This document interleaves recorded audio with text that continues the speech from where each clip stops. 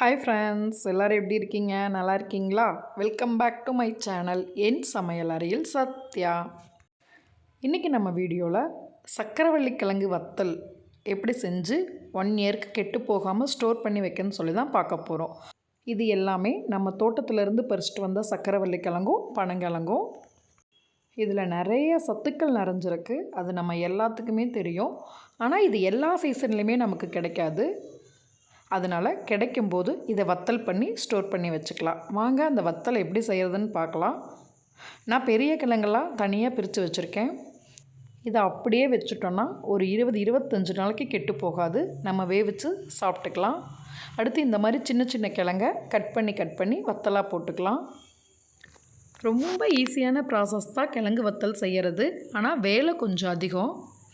இந்த மாதிரி நல்லா தண்ணியில் ஊற வச்சு கழுவி மண் இல்லாமல் சுத்தமாக எடுத்துக்கோங்க. அடுத்து நீங்கள் புளிக்குழம்புக்கு வத்தல் ஸ்டோர் பண்ணுறீங்கன்னா கொஞ்சம் தடிமனாக கட் பண்ணிக்கோங்க. இல்லை அப்பளம் மாதிரி பொரிச்சுக்கலாம், வத்தலுக்கு கட் பண்ணுறீங்க அப்படின்னா லேசாக கட் பண்ணிக்கோங்க. இவ்வளவு தான் இதில் நமக்கு ஏற்ற மாதிரி தனித்தனியாக கட் பண்ணிக்கலாம். புளிக்குழம்புக்கு வத்தலுக்கும் தனித்தனியாக கட் பண்ணி ஸ்டோர் பண்ணிக்கலாம். புளிக்குழம்புக்கு ஸ்டோர் பண்ணுறீங்க அப்படின்னா ஒரு 4 நாள் காய வச்சு எடுத்துக்கோங்க. வத்தலுக்குனா ஒரு 2 நாள் இல்லை 3 நாள் காய வச்சு எடுத்தால் போதும். இந்த மாதிரி வெயிலில் காய வச்சு எடுத்துக்கலாம். இப்போ நான் 3 நாள் காய வச்சிட்டேன். எந்த அளவுக்கு நல்லா காஞ்சிருக்குது பாருங்கள். இதை மறுபடியும் இன்னொரு நாள் வேணுனாலும் காய வச்சு எடுத்து நம்ம டப்பாவில் ஸ்டோர் பண்ணி வச்சுக்கலாம். நம்மளோட சக்கரவள்ளி கிழங்கு வத்தல் ரெடி ஆயிடுச்சு. இதை எதுவுமே செய்யாமல் சும்மா சாப்பிட்டாவே டேஸ்ட்டாக இருக்கும். புளிக்குழம்புக்கு நல்ல டேஸ்ட்டாக இருக்கும்.